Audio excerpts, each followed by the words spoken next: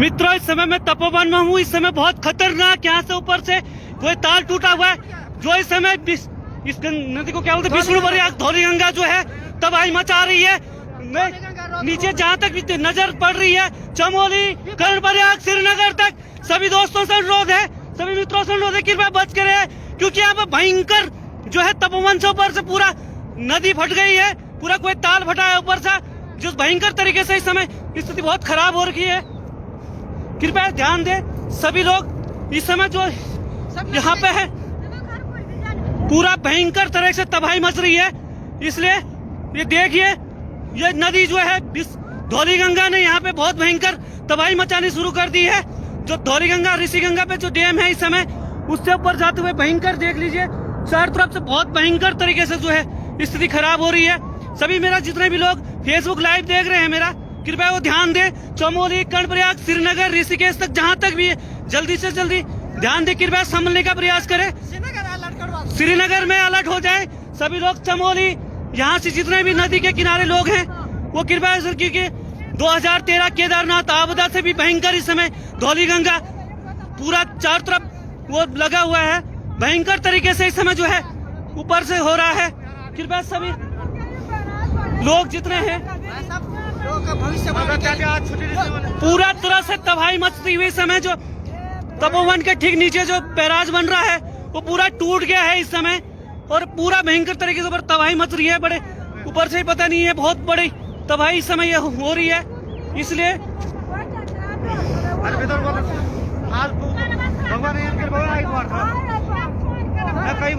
आज संडे होने के कारण बहुत सारे पता नहीं चल पा रहा है कि लोग कोई टनल के अंदर शायद वो कर रहे हुए। कृपया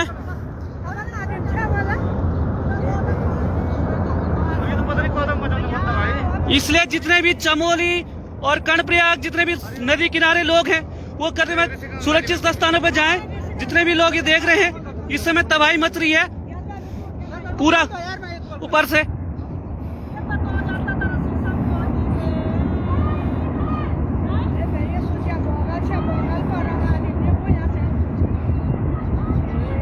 दिन दोपहरी धूप खिली हुई है, फिर भी ये तबाही मचाता हुआ इस समय।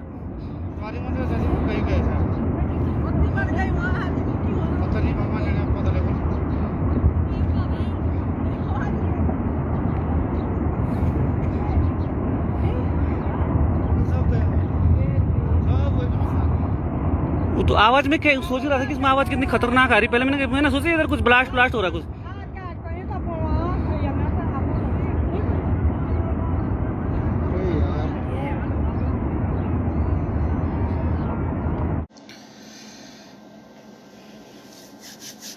नमस्कार दोस्तों,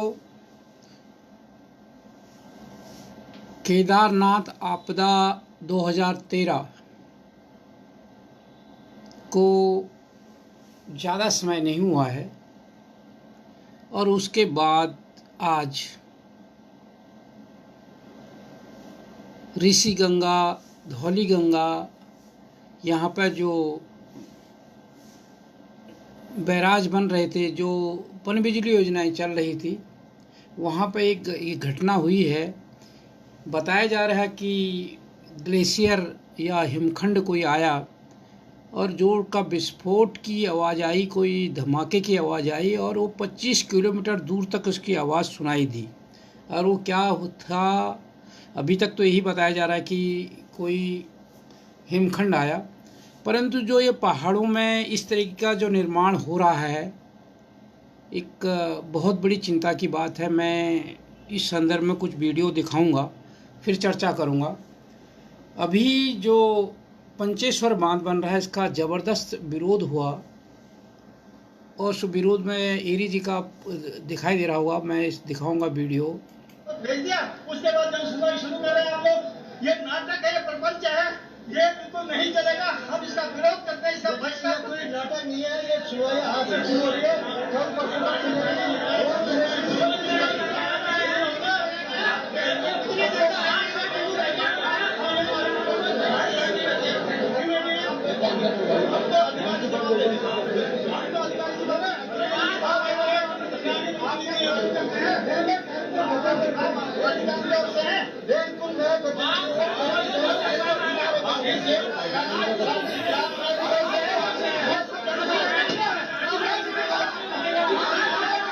ये पंचेश्वर बांध की जनसुनवाई है, जिसमें ये भाजपा के वर्कर हैं जो दबाव बना रहे हैं लगातार।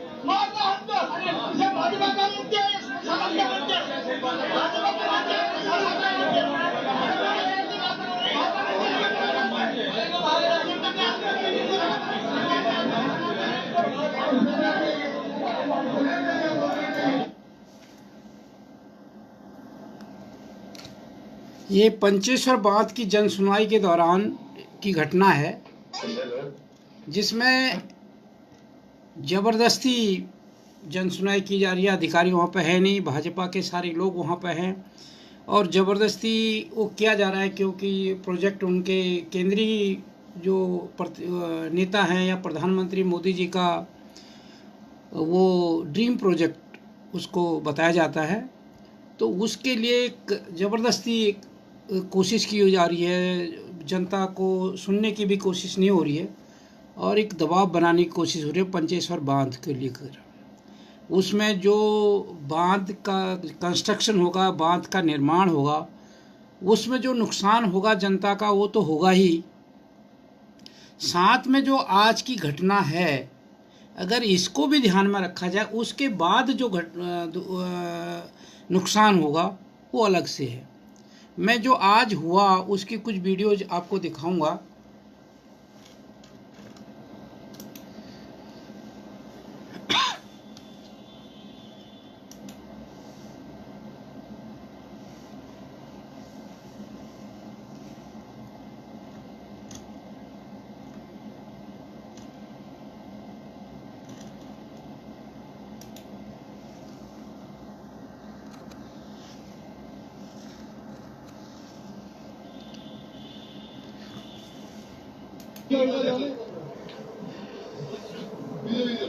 तो क्या खतरनाक आ रहा है ये।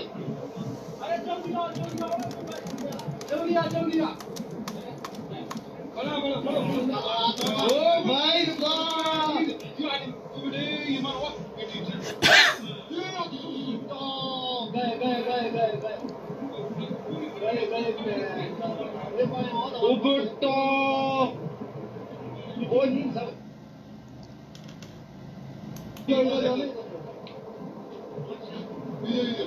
तो क्या खतरनाक आ रहा है ये।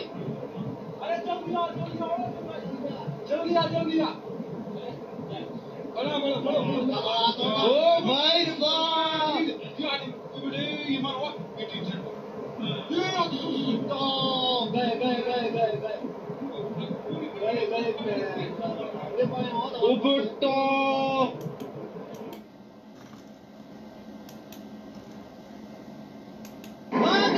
कौन गया?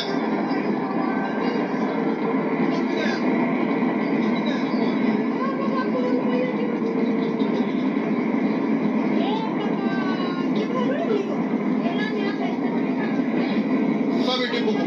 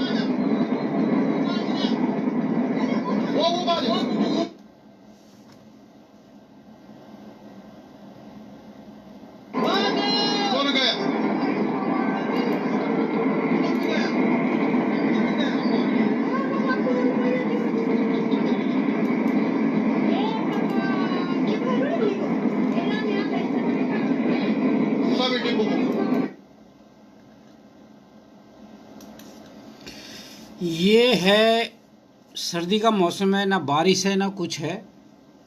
उसमें कोई ग्लेशियर आता है, बांध जो बैराज था वो टूटा और उसका पानी ये बह रहा है।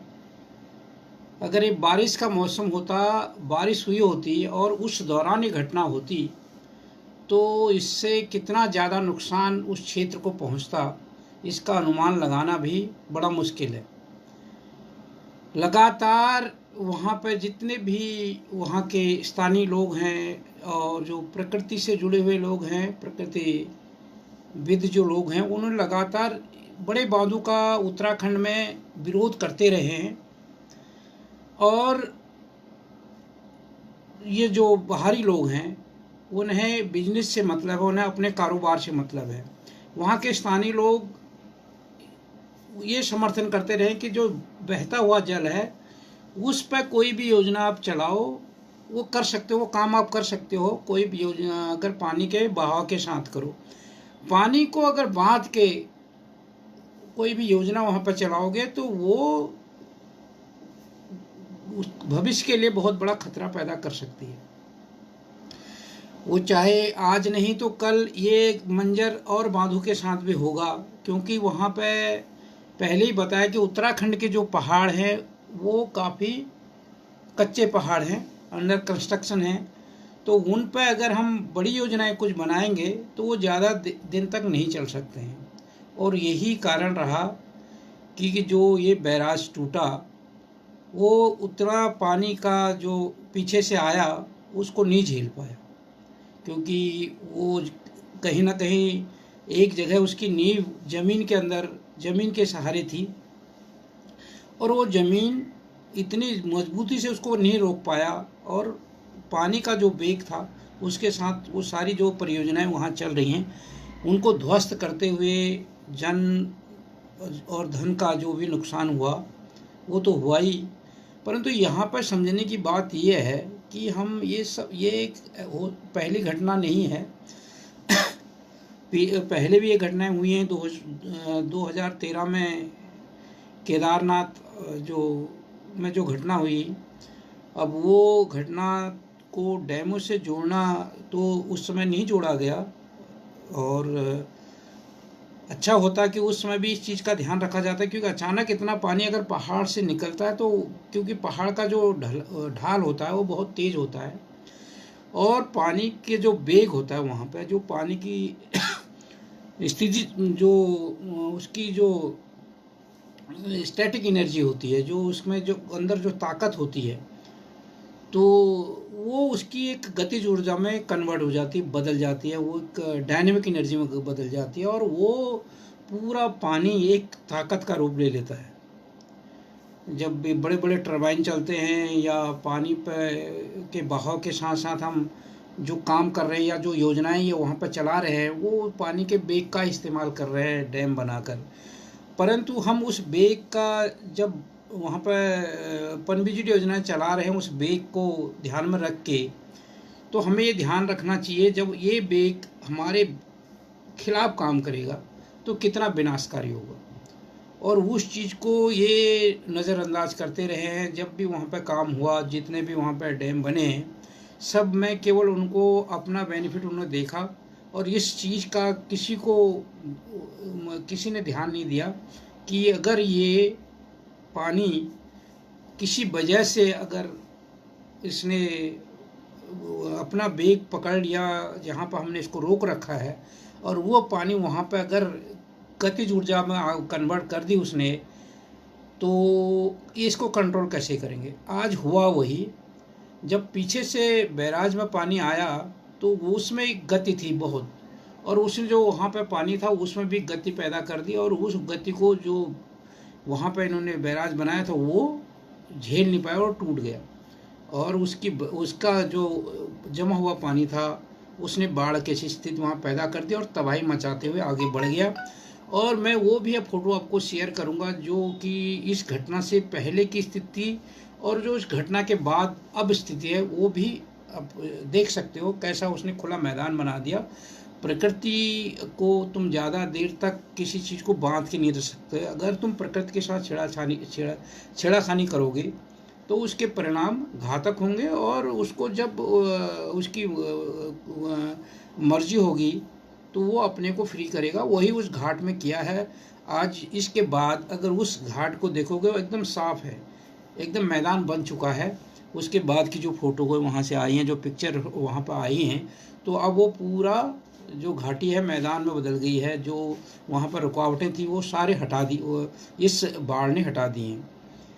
एक तो ये चीज़ है। दूसरी, जो प्रकृति के साथ छेड़खानी अगर छेड़छाड़ होगी तो उसके नतीजे अच्छे नहीं होंगे। अभी जो ऑल वेदर रोड है तो वो भी इस तरीके से पहाड़ों को काट दिया गया है, तीखे पहाड़ है और उनको काट दिया गया है। उसके परिणाम भी घातक लगातार हो रहे हैं, रोड ब्लॉक रहती हैं, और आगे उसको ये कंट्रोल कर पाएंगे ये भी संभव नहीं है, क्योंकि ज़बरदस्ती किसी के साथ नहीं कर सकते। पहाड़ पर विकास होना चाहिए, ये उसमें सावधानी बरतना बहुत ज़रूरी है, क्योंकि पहाड़ लगा जैसे एक इमारत है, जैसे एक बिल्डिंग है, उसी तरह है। अगर बिल्डिंग की किसी भी दीवार को उसके लोड से ज़्यादा अगर जो उसकी क्षमता है उस हिसाब से अगर कोई और चीज़ में लोड जाओगे तो बिल्डिंग गिर जाएगी। और वही है पहाड़ का हाल। पहाड़ जो एक है, पहाड़ का अपना एक कंस्ट्रक्शन है, एक स्ट्रक्चर है, और जो उत्तराखंड के पहाड़ हैं उनका स्ट्रक्चर बहुत कमज़ोर है। ये बार बार जो भूविज्ञान से जुड़े हुए लोग हैं उनका मत है। तो उसके बावजूद हम इन चीज़ों को नज़रअंदाज करते हैं, तो इन चीज़ों से हमें का सामना हमको करना पड़ेगा। और जो पंचेश्वर बांध का मैंने वीडियो दिखाया जिसमें काशी सिंह एरी जी का भी के साथ बदतमीजी की भारतीय जनता पार्टी के वर्कर्स ने, तो इसका परिणाम हमको कितना महंगा बैठ रहा है वो इसका एक हल्का सा मैं इसके साथ जोड़ने की कोशिश इसलिए कर रहा हूँ क्योंकि हम लोग अपने को कमज़ोर समझते हैं। जब इस तरह की योजनाएं आती हैं तो हम कहते हैं सरकार का प्लान है, सरकार की योजना है, हम लोग क्या कर सकते हैं। तो लोगों को विरोध करना चाहिए। जैसे किसान आंदोलन चल रहा है, कानून बन गए थे, किसान भी हाथ पर हाथ धरे बैठ सकते थे, परंतु देखो विरोध तो करना ही चाहिए। जिस हद तक आप जा सकते हो अपनी सीमाओं के अंदर, प्रजातांत्रिक तरीके से, कानून के अंदर, संविधान के अंदर विरोध करने का अधिकार सबको है। अब जहाँ पर जिसकी लाठी उसकी भैंस वाली बात है तो उसका तो कुछ नहीं हो सकता, तानाशाही का तो कुछ नहीं हो सकता, परंतु अपनी बात रखना, अपना पक्ष रखना सबका दायित्व है, सबकी जिम्मेदारी है। और आगाह करना, क्योंकि कुछ लोगों का मकसद तो केवल बिजनेस करना है।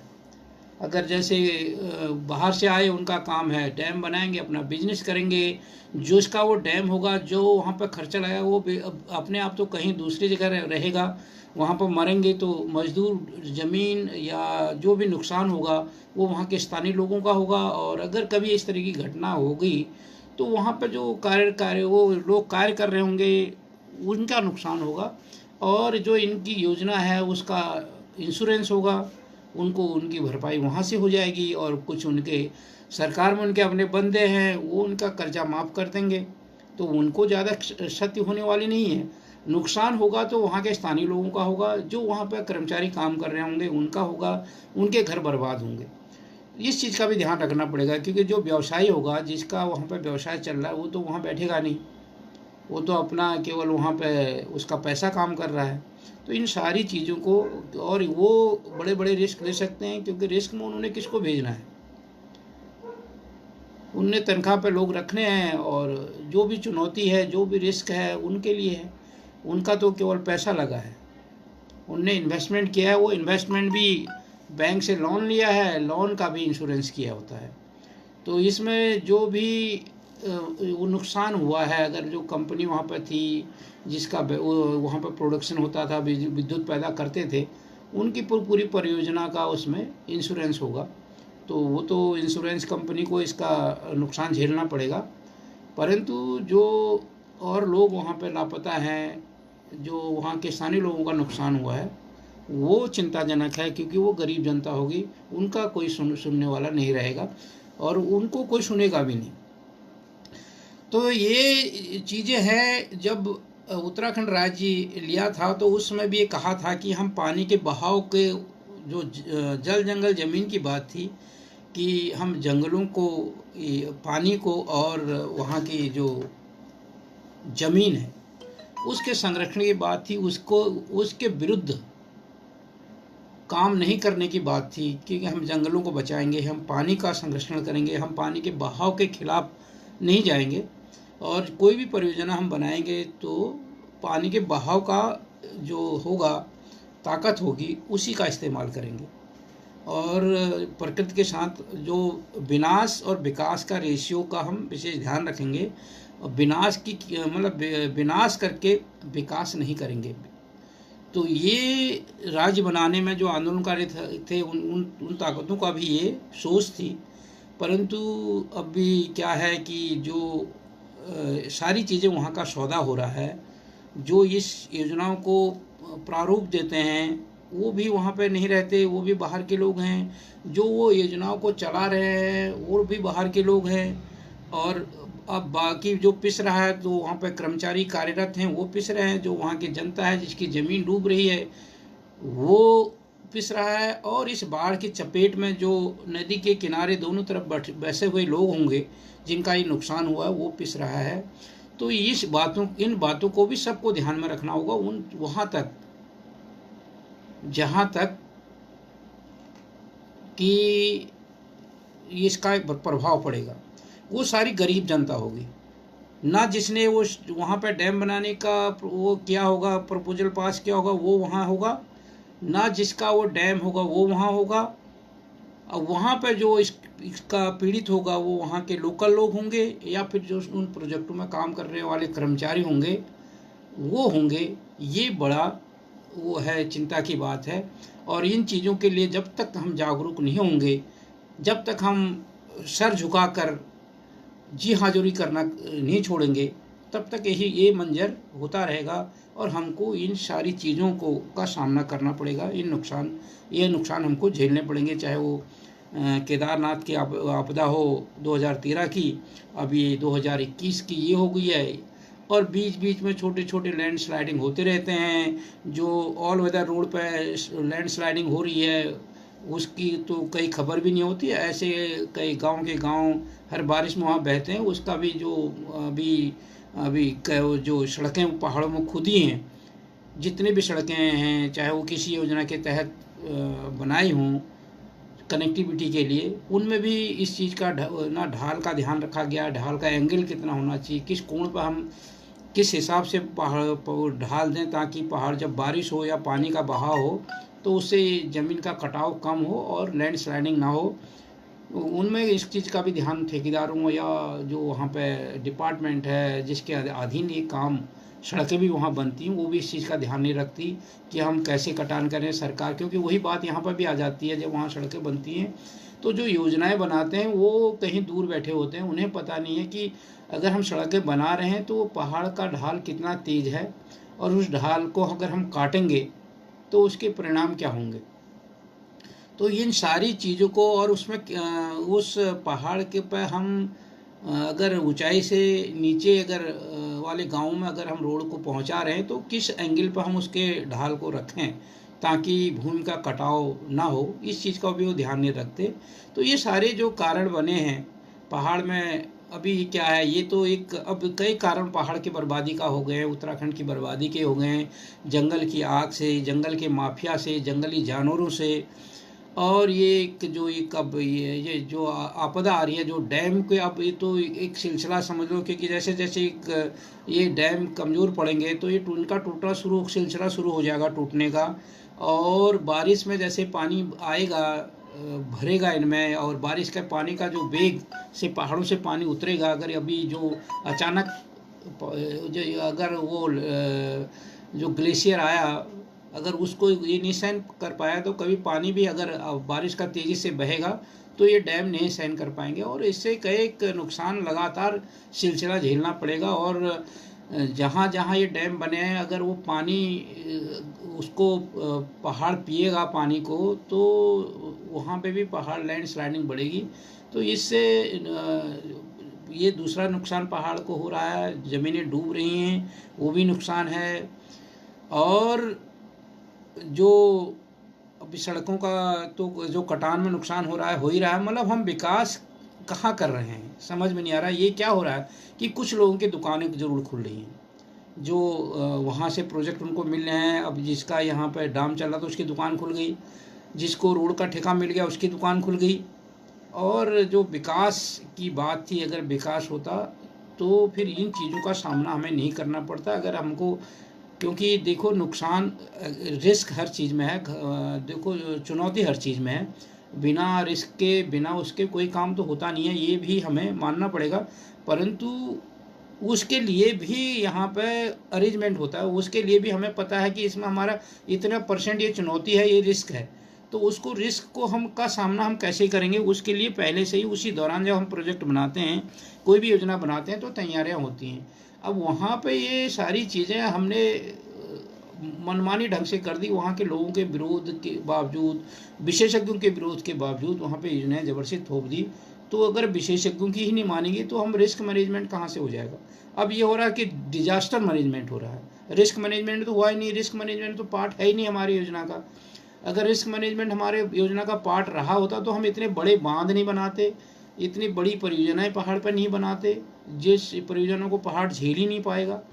तो वो चीज़ यहाँ पे जो पार्ट होना चाहिए था हमारे किसी भी परियोजना का, पहाड़ों में जो खासकर जो पानी को रोकने का या डैम बनाने की जो परियोजना है, उसमें रिस्क जो पार्ट होना चाहिए रिस्क मैनेजमेंट का, वो है नहीं। और उसके बाद जब वो चीज़ें हो जा रही है तो डिजास्टर वाला जो पार्ट है, डिजास्टर मैनेजमेंट, वो काम कर रहा है। वहाँ पर आर्मी को आना पड़ रहा है, आईटीबीपी को आना पड़ रहा है, वहाँ के लोकल लोगों को आना पड़ रहा है। उसके लिए फिर हम उसके लिए बैठे हैं, हेलीकॉप्टर जा रहे हैं यहाँ से वहाँ से, इसने बात की उसने बात की, वो सहायता के लिए आया वो सहायता के लिए आया, हम उस चीज़ का तक वहाँ पहुँचा रहे हैं, हमारी स्थिति वहाँ पहुँच जा रही है। तो इन चीज़ों को भी देखना पड़ेगा। जहाँ पे हम सड़कें बनाएं या हम दूसरी कोई भी योजनाएं बनाएं, हमको जंगलों को बचाना पड़ेगा, जंगलों से छेड़छाड़ नहीं करनी पड़ेगी। हमको वहाँ की जो हरित क्षेत्र है, जो भूमि है, उसको बचाना पड़ेगा। क्योंकि आज की डेट में हालत ये हो गई है कि जो जल स्रोत थे, हमने सड़कों का कटाव किया, जो सड़कों का मलबा आके गिरा, उससे जल स्रोत बंद हो गए। अगर कोई जल स्रोत बंद हो गया तो पानी कहीं ना कहीं तो वहाँ पे ज़मीन के अंदर कहीं ना कहीं तो जा रहा होगा, तो वो भी कहीं ना कहीं घातक बनेगा। जल स्रोत बंद हुआ तो जल तो कहीं ना कहीं वो है, वो कहीं ना कहीं धरती के गर्भ के अंदर ही है। तो ऐसा ना हो कि वो हमारे जो ज़मीन है वहाँ पे उसके साथ मिल के पहाड़ को कमज़ोर कर रहा हो। तो इन चीज़ों को भी, क्योंकि जब वो जल ज़मीन से बाहर निकल रहा था, बाहर रहा था, उस बहाव को हमने अवरुद्ध किया तो कहीं ना कहीं वो स्टोर होता है। ऐसे अगर जल स्रोत को हम मलबा डाल के बंद कर रहे हैं तो वो भी नुकसानदायक होगा। और जब हम एक आदमी का अगर पसीना आना बंद हो जाता है तो उसके लिए नुकसानदायक हो सकता है। तो धरती के अंदर से निकलने वाले जल स्रोतों को अगर हम मलबे से बंद कर दें तो वो भी नुकसानदायक होगा, ये भी हमको समझना पड़ेगा। और इन सारी चीज़ों को, इस डिजास्टर से मैं यही कहूँगा, इस वीडियो में आने का मेरा मकसद ये था कि हमको इसको थोड़ा सा गंभीरता से लेना पड़ेगा। जनता तो ले ही रही है, ये विशेषकर जो इस प्रोजेक्टों को वहाँ पे वो कराते पास करा के वहाँ भेज रहे हैं, जो उनका वहाँ पे प्रोजेक्ट चलाने के जो वहाँ पे कंपनियाँ जा रही हैं, जो वहाँ का ठेका ले रही हैं, तो उन दोनों को इस पर ध्यान देना चाहिए। और इस तरीके की कोई योजना पहाड़ में ना बने उत्तराखंड, क्योंकि इससे वहाँ की तो अच्छा हुआ कि ज़्यादा वो नहीं हुआ, नहीं तो ये मैदानों के क्षेत्र को हरिद्वार से नीचे तक तबाही मचाता। अगर कभी ऐसी घटना हुई तो ऐसा भी वो दिन दूर नहीं जब इसकी तबाही हमको मतलब देश के दूसरे कोने तक पहुंचा देगी। उत्तराखंड से कि हिमालय से शुरू होके नीचे समुद्र के किनारे तक तबाही मचाते हुए निकल जाएगा अगर समय पर नहीं संभले। इसी के साथ मैं फिर एक बार कहूँगा कि इस तरीके के प्रोजेक्ट वहाँ पर नहीं बनाया जाए, इस चीज़ का ध्यान दिया जाए, जंगलों को वहाँ पर बचाया जाए, भू संरक्षण कैसे हो, भू कटाव कैसे कम हो, इस चीज़ का ध्यान दिया जाए। सड़कों पर कनेक्टिविटी के ऊपर जब फोकस करके अगर तुम पहाड़ों को अगर मूली गाजर की तरह काटोगे तो क्योंकि वो एक मैंने बताया कि वो इमारत की तरह उसका कंस्ट्रक्शन किया गया है, अगर उसकी दीवार को अगर बीच में से तोड़ोगे तो बिल्डिंग गिरेगी ही गिरेगी, ये निश्चित मान के चलो। तो इस चीज़ का भी ध्यान तुम्हें देना पड़ेगा, क्योंकि पहाड़ों पे वो टनल चल सकते हैं, तुम पहाड़ों पे पुल बना के रोड ले जाओ, तुम पहाड़ों पे टनल बनाओ उस हिसाब से, परंतु पहाड़ों को जिस तरीके से तुम तीखा काट रहे हो वो खतरनाक है, वो टनलों से भी खतरनाक है, क्योंकि टनल से तुम सपोर्ट दे सकते हो और टनल पहाड़ के एकदम बीच से निकलेगा तो पहाड़ बन जाएगा। जैसे हम किसी दीवार में छोटा सा अगर होल बना दें तो उससे बिल्डिंग गिरने की संभावना कम होती है, अगर हम पूरी दीवार को ही तिरछा काट दें तो उससे वो दीवार बिल्डिंग का गिरने की संभावना बढ़ जाती है। वही पहाड़ों की हालत भी है। तो इन चीज़ों को ध्यान में रखना पड़ेगा, और पहाड़ों में जो विकास की बात है उसमें हमको विनाश का अध्ययन भी करना पड़ेगा कि इससे कितना विनाश होगा और कितना इसका वहाँ पे इसका लाभ होगा। इन चीज़ों को भी ध्यान रखना पड़ेगा, और हमें विनाश अगर हम 20-30 या 10-20% विनाश पे अगर हमको 80% उसमें विकास होता है तो वो इतना महंगा नहीं। परंतु यहाँ पर तो ये हो रहा है कि विनाश 95% या 99% हो रहा है और विकास 1% किसी भी नीचे जा रहा है, तो वो थोड़ा चिंता का विषय है। इसी के साथ जय भारत, जय उत्तराखंड।